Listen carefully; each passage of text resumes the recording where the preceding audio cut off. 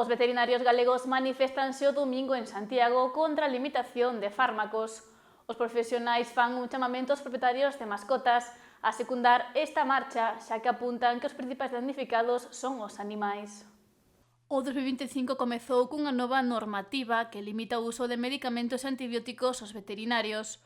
Os profesionais amosaron o seu rexeitamento a esta modificación, xa que con ela sinalan que se pon en perigo os animais. Tras varias xornadas de protestas, peches e mobilizacións, o sector lamenta que non se escoitaran as súas demandas. Sigue sin haber cambios, entonces estamos intentando mobilizar tamén aos propietarios, porque de verdade quen afecta máis que nada é aos propietarios das mascotas.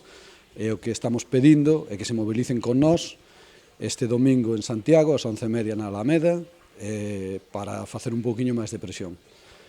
Eu entendo que a presión faise con número, o número de veterinarios que hai aquí no Barbanza estaremos sobre 20 e tantos veterinarios, sin embargo, propietarios de mascotas hai miles deles. Entonces, que se mobilicen, que veñan con nós. Xa que sinala que se están a desenvolver estas protestas para protexer os seus animais e poder dar unha atención de calidade. Que protestemos para algo noso. Estamos protestando para que as mascotas podan ser tratadas médicamente dunha maneira máis correcta. Apunta que nas últimas semanas achegáronse numerosos propietarios de mascotas para coñecer mellor este cambio. Creo que cada vez se lle está dando máis importancia, estamos salindo cada vez máis medios de comunicación, pero polo que falo ca xente non está calando ben a información que estamos intentando transmitir, que é precisamente que non podemos tratar as mascotas cas medicacións que se deberían de tratar de primeira elección. De verdade, quen afecta é a mascota, non afecta ao veterinario. Entonces, que os propietarios que se mollen tamén, que veñan, que protesten con nós. Manifestacións que non deixaron de facerse a nivel nacional en Madrid e tamén en Galicia, cunha concentración na Coruña, na que os veterinarios amosaron a súa unión ante esta problemática. Estamos intentando manternos todos unidos, que se note que nós estamos pelexando por un tema moi serio, moito máis serio do que parece, porque, bueno, hai medios de comunicación que intentan dispersar un pouco a idea que estamos intentando transmitir. Estamos uníndonos tanto en Galicia como a nivel nacional. A nivel nacional xa se fixo en Madrid con 4 ou 5.000 persoas que asistiron.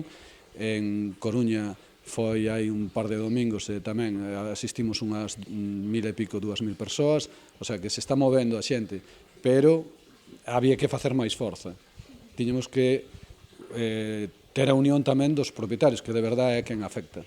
Bueno, a quen afecta de verdade é os animais, pero eles non poden falar e non se poden manifestar, entón que se mollen os propietarios. Unha das reivindicacións que tamén se fixeron en Madrid é que o sector veterinario tería que estar amparado dentro do Ministerio de Sanidade en vez de estar na carteira de Agricultura. En teoría, a veterinaria é unha parte da sanidade global. Nós somos o primeiro punto de control das enfermedades que se transmiten dos animais ás persoas.